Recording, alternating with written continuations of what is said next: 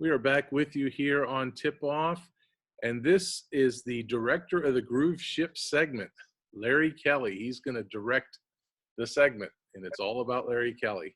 Oh boy. Well, it's not all about Larry Kelly. It's about the Newcastle Red Hurricane. Big game tomorrow, 6 o'clock, Penn Hills. I had the opportunity to watch 3 films of Penn Hills. I watched him play Gateway, a team that we beat by 10 in the Whippeal semifinal games. I watched him play Highlands, a team that just took Laurel Highlands to overtime in the state quarterfinals. And I watched him play East Stroudsburg. And here's what I know from viewing, and I had this discussion with Coach Belendo. They're very athletic. Penn Hills is a very athletic team.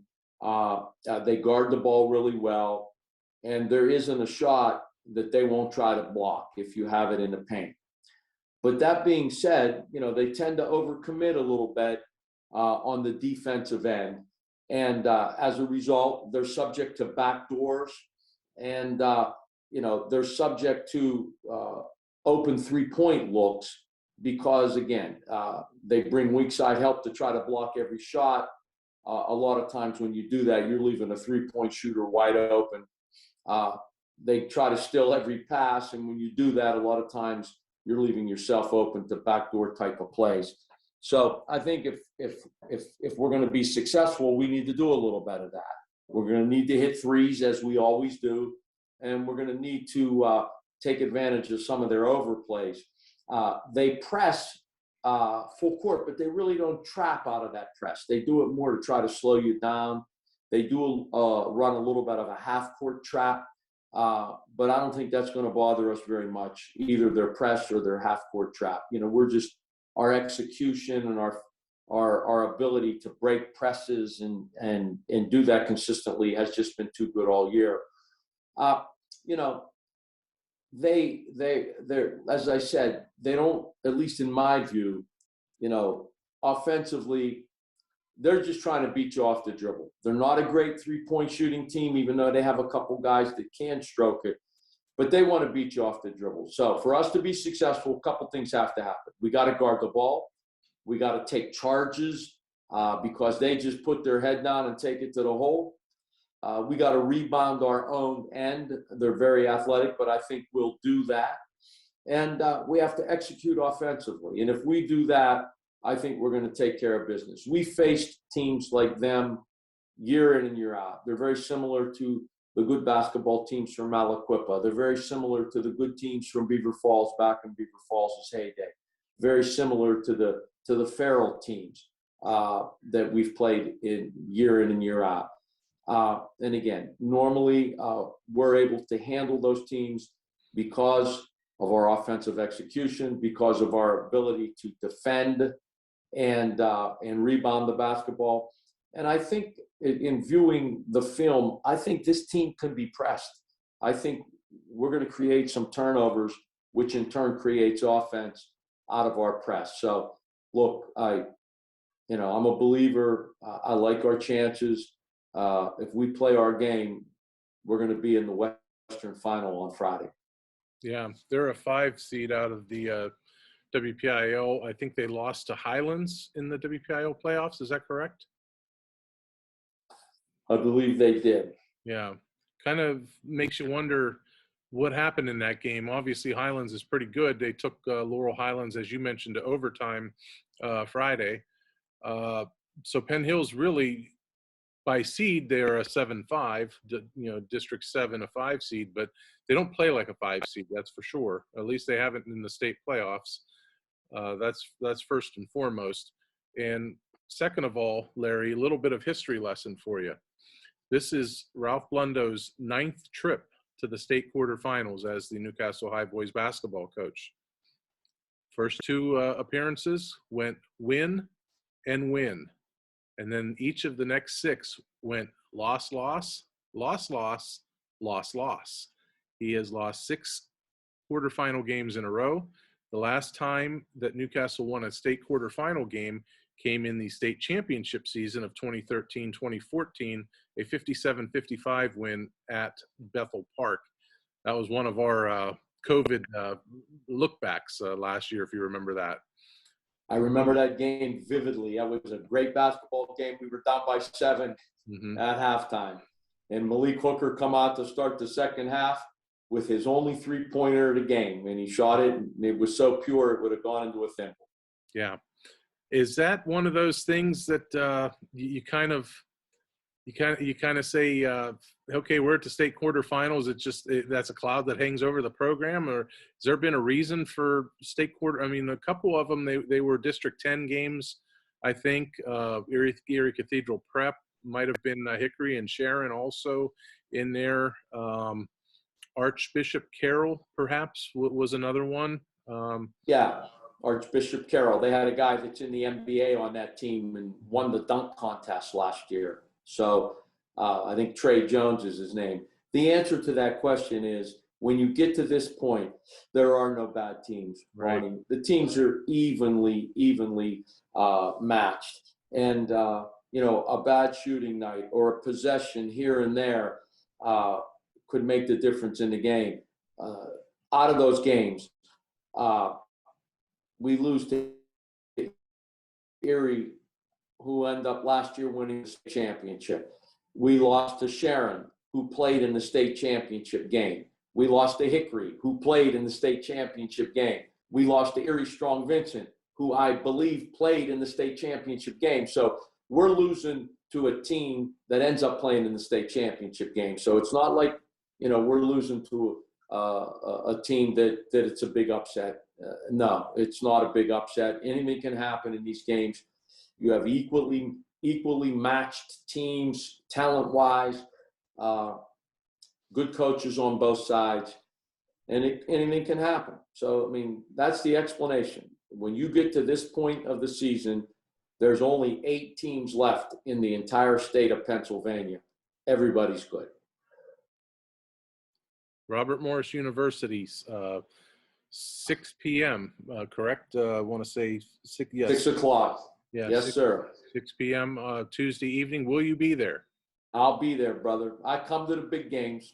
I don't know that my being there makes any difference, but if I have something to say, I want to make sure I can get it said. But we're ready. I was at practice tonight. Look, it was a spirited practice. Our guys are ready. They're confident. We're playing really good basketball. Even the game we lost in the Whitfield final, we played a great basketball game and just got beat by a team that made one more play than us. So I really look forward to a rematch against Laurel Highlands. My guess is if it is a rematch, it'll be back at Robert Morris University. Should be a great game. Mm-hmm. Any chance that they put it at the Pete? No, I guess not, with the NCAA tournament possibly being there, but I guess that's a wash. Well, no, the NCAA tournament is not at the Pete. It's at the PPG Arena. Okay. So there's a chance. I mean, I don't know. What is the seating capacity at Robert Morris? I think it probably is a little less than the Pete. I'm not 100%. Well, yeah. I mean, there were 6,500 people at the game. Newcastle Laurel Highlands at the Pete. I'm sure Robert Morris doesn't hold that many people, but I'd have to check. My guess is it probably holds 3,500, give or take. And with only one game, that would be enough. But, hey, we got to get there first. Penn Hills is a good team, very athletic, very long, a lot of length, block a lot of shots, quickest catch. So, we'll need our A game. But if we have our A game, which I expect we will, we'll be playing on Friday. And if you are playing Friday, the first meeting against Laurel Highlands, in terms of grades, what letter grade would you give Newcastle in terms of Laurel Highlands? Would you say that was an A+ performance, A- performance, an A B+? How would you grade that performance? That was an A+ performance. I mean, we held them 20 points under their average, scoring average. We hit 9 threes in that game. I won't say an A+ performance. I'll say an A performance. The only thing that keeps it from being an A+ performance, we were 7 for 14 from the foul line. you got to do a little bit better than that in championship games. So I'll give it an A. And that's one of those teams that you definitely have to have an A+ performance. A- probably isn't good enough. An A isn't good enough. It's got to be an A+ performance in a game like that, I presume. I agree. I do. But we won them. We won them again. And again, you know, having seen them in person, having them on film with our coaching staff gives us an advantage. I told you last week I'm taking the Canes in that one if it comes to fruition and we get the rematch.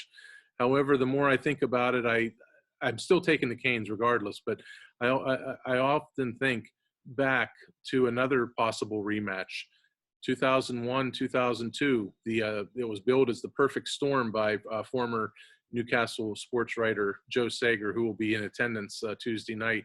He coined that team the perfect storm, you know, because remember, Newcastle was undefeated going to the Palumbo Center, I believe, back then. Lost to Uniontown. Yep. And last possession. Yeah, and Uniontown had a really big lead going to the fourth quarter in the WPIAL championship game. But Newcastle made a big comeback. I remember telling Joe, this is going to be a close game down the stretch. And sure enough, it was. Now, remember, they met in the Western Final when it truly was a Western Final. Now, right. A lot of nonsense that's going on with the brackets. And that rematch was not the rematch that anybody thought. Uniontown won that one by 25, 30 points, if not more. It totally stunned me. I thought for sure that would be another classic game, and it just never lived up to the hype. So part of me kind of wonders if that could happen, you know, this time, even though I really think Newcastle's going to get the win. We're not getting beat by 25, because if the line's 25, go get the mortgage on your house and bet it on Newcastle. That was a special Uniontown team. Terrence Vaughn played on that team, I believe, ended up going to Clarion. But that was Dom Joseph and Mark DeMonico and Leon Ward at Newcastle. It was a great game. The Whitfield Championship game, I was there that day, was a great game. It came down to the last possession, and we had a chance and missed a shot at the end, but it was a great game. And I expect there'll be a one-possession game if we play Laurel Highlands again. Hoover Gibson, Dante Spino. Yes. I'm trying to recall all of them. We've named 4 of them. So we've done pretty well, you know, in that regard. But yeah, that was a special team. That was a very, very special Newcastle team for sure. All right, Larry, is that everything you have to say about the? That's it. Okay. That's it. We'll revisit again next week. All right. Let's hope revisiting means we're talking a little bit of a state championship preview, because that's what it'll mean. Yes, it will. Yes, it will. 2-0 this week. Newcastle will be on the road to Hershey next week. Can't wait. When I became an attorney, I chose to stay here because my friends and neighbors needed a lawyer they can count on. I believe that if you're hurt on the job, you shouldn't have to go it alone, especially if your employer or the insurance company tries to bully you. You can count on me to get you the workers' compensation benefits that you deserve. Even if it gets rough, I'm not going anywhere.